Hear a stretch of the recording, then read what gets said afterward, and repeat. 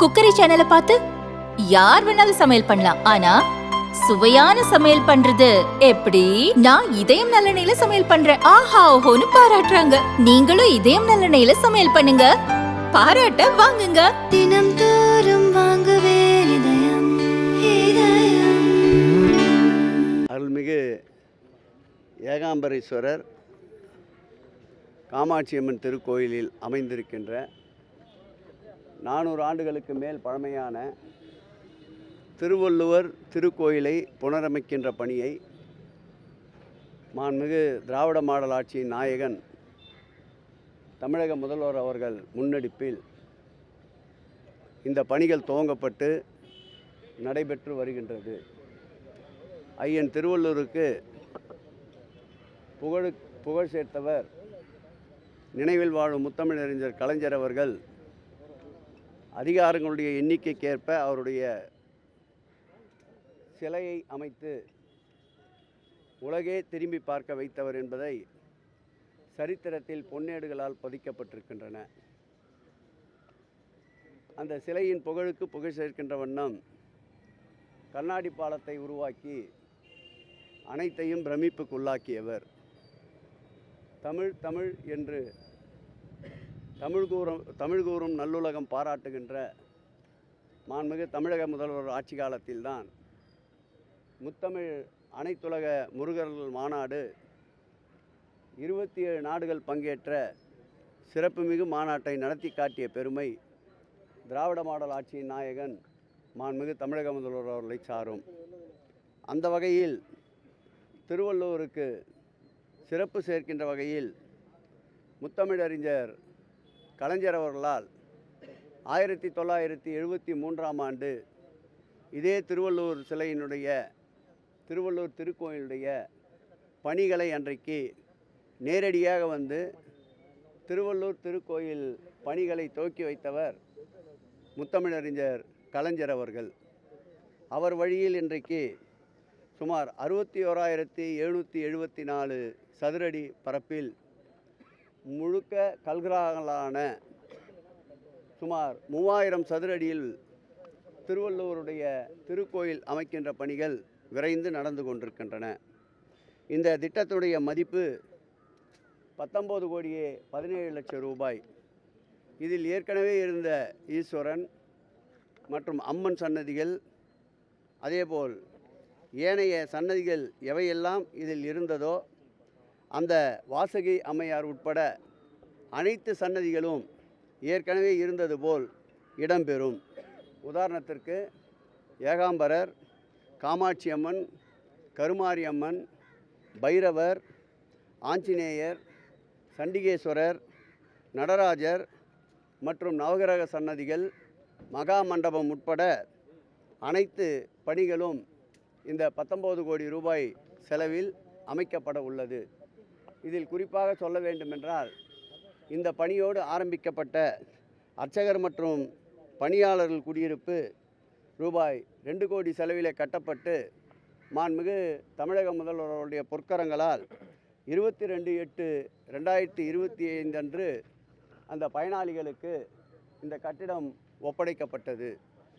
அரசின் சார்பிலே மற்றும் திருக்கோயிலின் சார்பிலே பணியாற்றுகின்ற திருக்கோயில் பணியாளர்கள் மற்றும் அர்ச்சகர்களுக்கு இந்த ஆட்சி ஏற்பட்ட பிறகுதான் எண்ணிலடங்கா குடியிருப்புகளை தொடர்ந்து கட்டி குறைந்த வாடகையிலே அவர்கள் நலன்களை பாதுகாக்கின்ற அவர்களுடைய வாழ்வாதாரத்திற்கு குடியிருப்புகளை அதிக எண்ணிக்கையில் ஏற்படுத்தி கொடுத்த அரசு மாண்புமிகு தமிழக முதல்வருடைய அரசு என்பதை இந்த நேரத்தில் பதிவு செய்கிறேன்.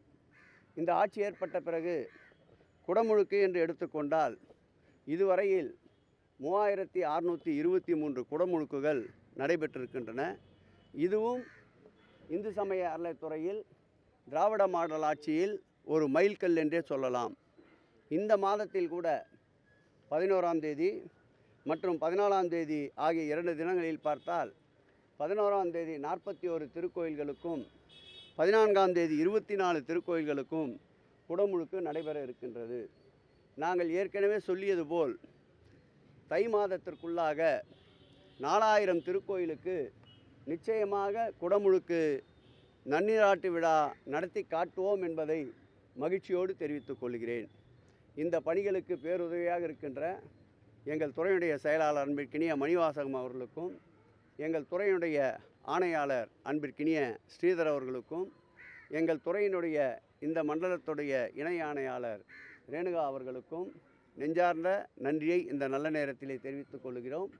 தொடர்ந்து அரசு மாண்புமிகு தமிழக முதல்வர் அவர்கள் என்ன பணிகளை சுட்டி காட்டுகிறாரோ அந்த பணிகளை விரைந்து நிறைவேற்றுவதற்கு இந்து சமய அறநிலையத்துடைய அதிகாரிகள் இந்த துறை உருவாக்கப்பட்டதிலிருந்து இந்த காலத்தில் பணியாற்றியது போல் எந்த காலத்திலும் பணியாற்றவில்லை என்பது பார்ப்போர், நடுநிலையாளர்கள், நல்லோர்கள் பெரிதும் பாராட்டுவது துறை சார்ந்த அமைச்சர் என்ற முறையிலே மட்டற்ற மகிழ்ச்சி அடைகிறேன்.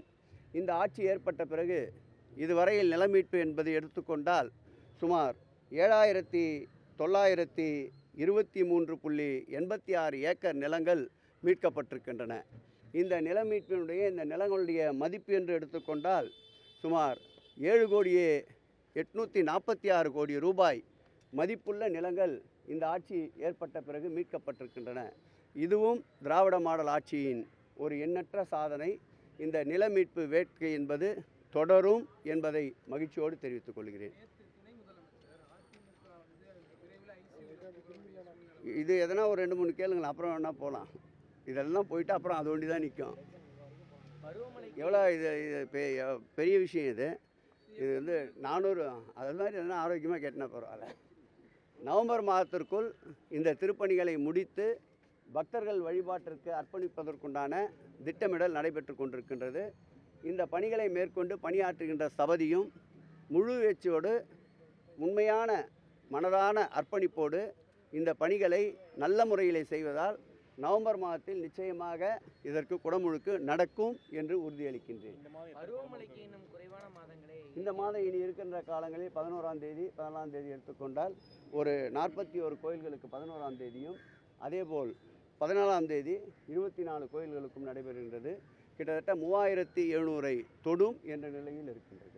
பருவமழைக்கு இன்னும் குறைவான மாதங்களே இருக்கிறது. வடசென்னையில் பட்டாளம் உள்ளிட்ட ஒரு சில பகுதிகளில் இன்னுமே தண்ணி நிற்கக்கூடிய ஒரு சூழல் நம்ம பார்க்க முடியுது. எந்த அளவுக்கு தயாராக இருக்கிறோம் அந்த பருவமழை எதிர்கொள்வதற்கு அரசு சார்பாக? நண்பர் நல்ல ஒரு நிருபர், நல்ல கேள்விகளை கேட்கக்கூடியவர். அந்த மழை தண்ணீர் நிற்கக்கூடாது என்பதற்காகத்தான் இந்த ஆஞ்சநேயர் கோயில் பக்கத்தில் 3 தனித்தனியாக 120 HP கொண்ட மோட்டார் திறனளவு கொண்ட மோட்டரை தற்காலிகமாக நிறுவியிருக்கின்றோம். அந்த டிமலஸ் ரோடு முழுவதுமாக மழைநீர் கால்வாய் பணி நடந்து கொண்டிருக்கின்றது. போக்குவரத்தை கூட மாற்றம் செய்துவிட்டு அந்த பணிகளை துரிதப்படுத்தியிருக்கின்றோம். நேற்றைக்கு கூட நானும் மேயரும் அந்த தொகுதியுடைய சட்டமன்ற உறுப்பினரும் மாநகராட்சியுடைய ஆணையாளரும் அதேபோல் பணிகள் டிசி சிவா அவர்களும் ஒருங்கிணைந்து ஆய்வினை மேற்கொண்டோம். அது சம்பந்தமான பணிகளுடைய முன்னேற்றத்தை விரைந்து செயல்படுத்த சொல்லியிருக்கின்றோம். இந்த மாத இறுதிக்குள் எவ்வளவு நிறைவாக பணிகளை நிறைவேற்ற முடியுமோ பணியாளர்களுடைய ஷிஃப்ட்டுகளை அதிகப்படுத்த சொல்லியிருக்கின்றோம். பகல் நேரத்தில் மாத்திரமல்லாமல் 2 ஷிஃப்ட்டுகளாக ஆக்கி இரவு நேரத்திலும் பணியாற்ற பணித்திருக்கின்றோம். இந்த மழைக்குள்ளாக அந்த பணியை முடிக்கின்ற ஒரு வேகத்தை எடுத்துக்கொண்டிருக்கின்றோம். அந்த பணி நிறைவு பெற்றால் நிச்சயமாகவே அந்த பகுதியில் தேங்குகின்ற தண்ணீருக்கு ஒரு பெரிய ரிலீஃபாக இருக்கும். எடப்பாடி பழனிசாமி அவர்கள் மதுரை பாவம் அவர் சும்மா கேட்டுனே இருக்கிறீங்க. மதுரையில் முத்துராமலிங்க தேவருடைய பேர் வைக்கணும் ஏர்போர்ட்டுன்னு சொல்லியிருக்காரு. ஏற்கனவே முத்துராமலிங்க தேவரை போற்றுகின்ற ஆட்சி இது, புகழ்கின்ற ஆட்சி. நிச்சயமாக எதிலெல்லாம் வாய்ப்புகள் இருக்கின்றதோ அவர் சிறப்புக்கு சிறப்பு சேர்க்க என்னாலும் எங்களுடைய முதலமைச்சர் தவற மாட்டார். எம்மதமும் சம்மதமே, எல்லோருக்கும் எல்லாம் என்ற கொள்கையின் அடிப்படையில் ஆட்சியை சோற்றுபவர். நிச்சயமாக அதற்குண்டான முக்கியத்துவத்தை முத்துராமலிங்க தேவனுடைய புகழுக்கு புகழ் சேர்ப்பார். 2026 தேர்தலில் 210 தொகுதிகளுக்கு மேலே அதிமுக ஜெயிக்கணும். சட்டமன்ற தேர்தலில் திமுகவுக்கும் அதிமுகவுக்கு தான் போட்டின்னு எடப்பாடி சொல்லியிருக்காரு. இதை நீங்கள் எப்படி பார்க்குறீங்க?